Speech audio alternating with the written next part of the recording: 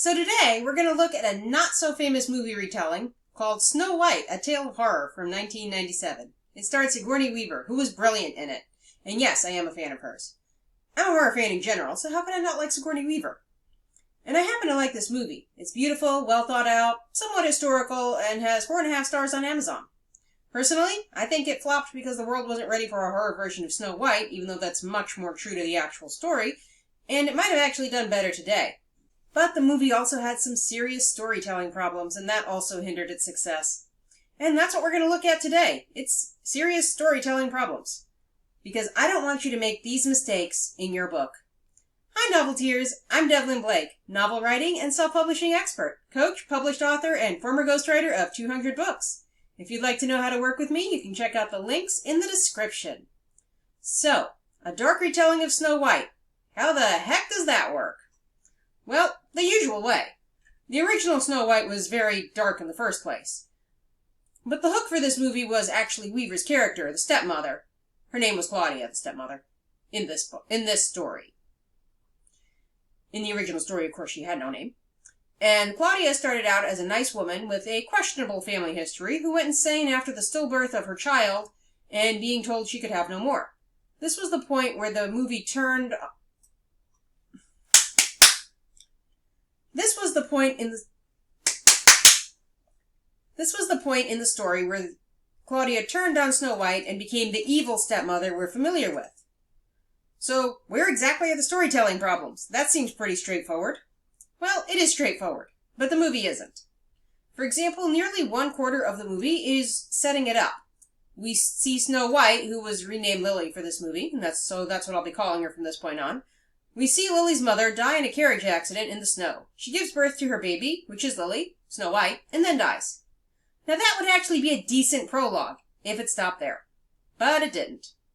Fast forward to when Lily is around 9 or 10, I don't know ages, she's little. And her father remarries Claudia. We see some conflict. So this is actually a second prologue. No story needs 2 prologues. This actually should have been done in flashback form.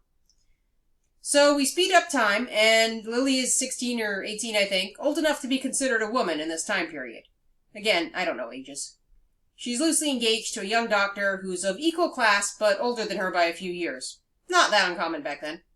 And we see her go about her life before the dreadful miscarriage and Claudia's character just completely losing it. So, do you see the issues? The first issue is that the story is episodic. That's what I meant by it having 2 prologues. It had too many parts that worked as standalones, and they went on for way too long. If it had stopped after her mother's death in the snow, that would have been a decent prologue, and we could have moved on with the story. I'm going to go into how to write better prologues in a different video. But for now, that one would have been fine if it had stopped there. Instead, they showed a young Lily and Claudia and part of her family.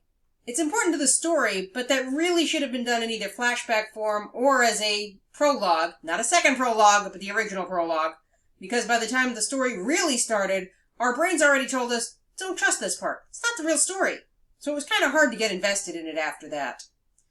Because your brain wants to be invested in the story. That's kind of why prologues are hard to pull off, because your brain goes, wait a minute, I was invested in that story, and now we're on a different story. It doesn't like that. Your readers don't like that. We'll go into prologues as I mentioned in another video. But by the time you realize that this is the real story, you're already not invested. And that really hurt this movie.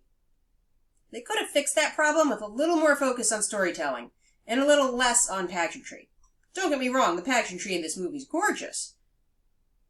But it doesn't save a movie. No movie's ever been saved by pageantry. Now I go over how to plot out stories using my proprietary marks method inside the Novel Writers Club membership, which you can find a link for below. The other problem with this story is that they never really clarify earlier in the story whether or not Claudia is a witch from a family of witches. They hint at it. One of the servants who displeased her drops dead in the episodic part, and she mentions that her mother was an outcast and that the mirror was hers, but they never really dive into that history at all. These clues are way too subtle for how this story is told.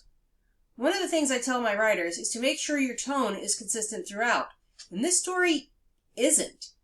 It goes from being more of a historical drama to a fantasy slightly over halfway through.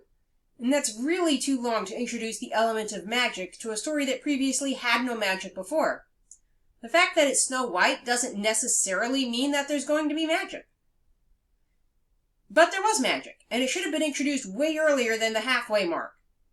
Then it becomes the story we know, the poisoned apple, the magical disguise, a talking mirror, and a few magical assassination attempts.